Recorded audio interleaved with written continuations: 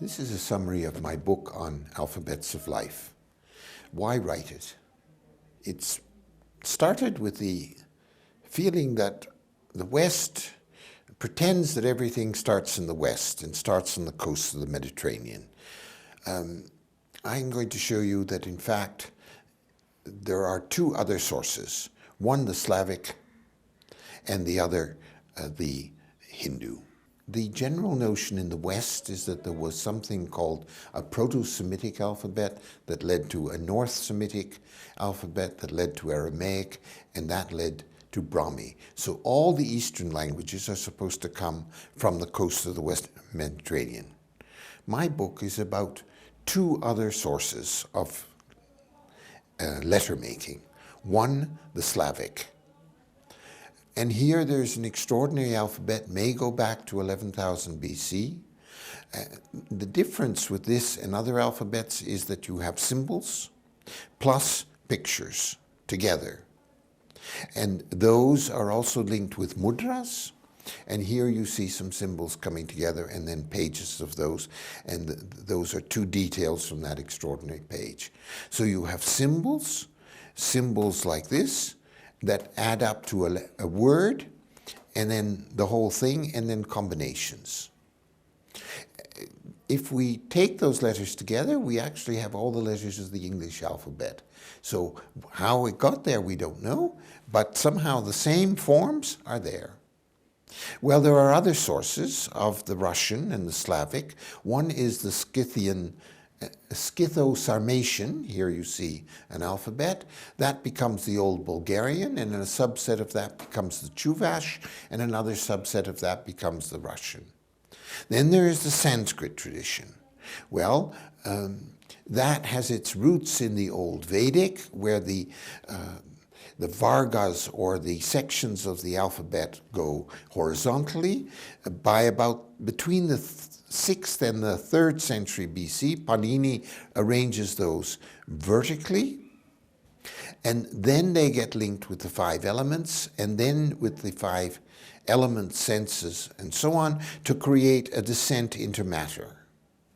And then if you go the other way around, you start with the elements and go backwards, and you go back to an ascent to God, well, in this case to Shiva and Shakti. The Hindus linked this in the body with the chakras, and then in the heavens with the constellations. That idea was modified slightly when it went to the West, so you had 5 chakras rather than 7, but the basic principles remained. They traveled via the Celts to Quebec. They traveled probably via the Bering Strait to the North American Indians in this form, and they traveled to Russia in this form. And they traveled to the mystical tradition in this form, which kept all the dakinis and other symbols. Now, in the Hindu system, the whole thing is linked with breathing and life, and gets linked with runes. It also gets linked with movements of matrices, here in Russia, here in the north, and here in a so-called yogic runa. We get heavenly models where they get linked, first of all, with the constellations. Here you see them this is with the so-called Futhark runes, here with the Phoenicians. The Hebrews linked them with the stars. And then there are earthly reflections when we link these runes with the 8 seasons of the year, the 12 months, and so on. Then there is an eastward movement. So the same mouth that we use for Sanskrit gets used for the Thai alphabet. And it spreads via Brahmi, that was introduced by King Ashoka in the 3rd century BC, to over 40 major languages all the way from India to Japan. Then there's a westward movement. This same mouth, now without the cerebrals, gets used to create the Persian alphabet with very different symbols in Persia, now called the Persian alphabet. And a modification of the alphabet becomes the basis of called Indicum, becomes the basis of the Chaldean alphabet and also of the Ethiopian alphabet. And Brahmanicum, an alphabet of 22 letters from India, becomes the first alphabet the second alphabet of Solomon, and then Hebrew 3. Here, Indian 2 gets linked with these letters in Ethiopia. Then there's a whole story of Western alphabets generally. So the 33 letters minus 7 becomes a 26-letter alphabet, minus 4 becomes a 22-letter alphabet. Then there are classes of alphabets. And these start with sun symbols and things like that, then geometrical versions like this, as in Brazen's Molvitsky, and then in Lepenskog Gvira. So we're now going from Russia over to Serbia.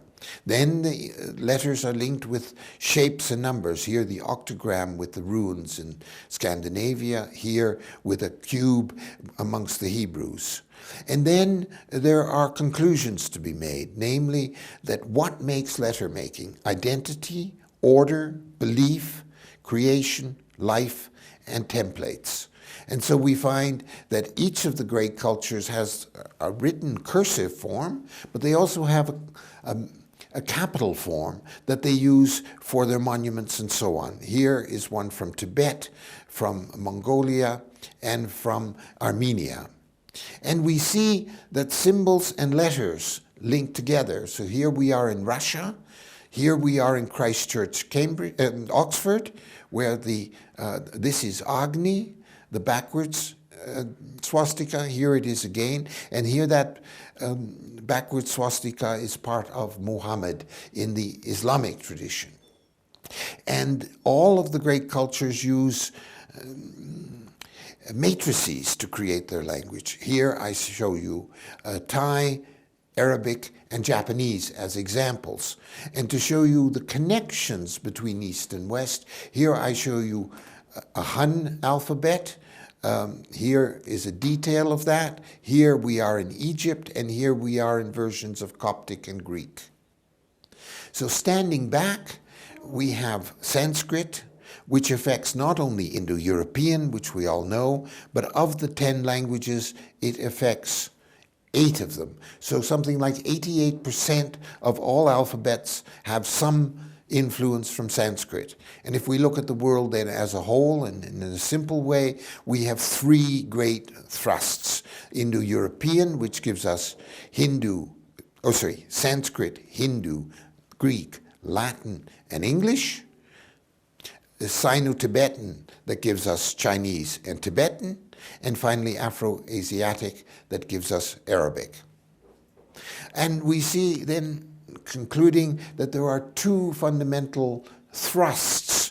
In Asia and Middle Asia, we have letters that are part of symbols, like this one, the symbol for life, which we see here in carpets, which then become symbols like this in the Russian alphabet and become like this in a ground plan of a major city. The West, by contrast, takes these symbols like this one and this one, makes it into individual letters, but loses the context. And here is the context of the Indians with their Saptaloka, or their 7 places. Those 7 places become the Chaldean triple universe, the Babylonian universe, and then the purgatory of the Christians. It becomes in a portable version, the 7 candles of Babylon. That becomes the 7 candles of the Christians, which then becomes a way of saying the 7 letters, the 7 notes, the 7 metals, the 7 days of the week, and 7 liberal arts. We create a wonderful cosmological system for everything, but we lose the context of the links between letters and symbol making. Thank you.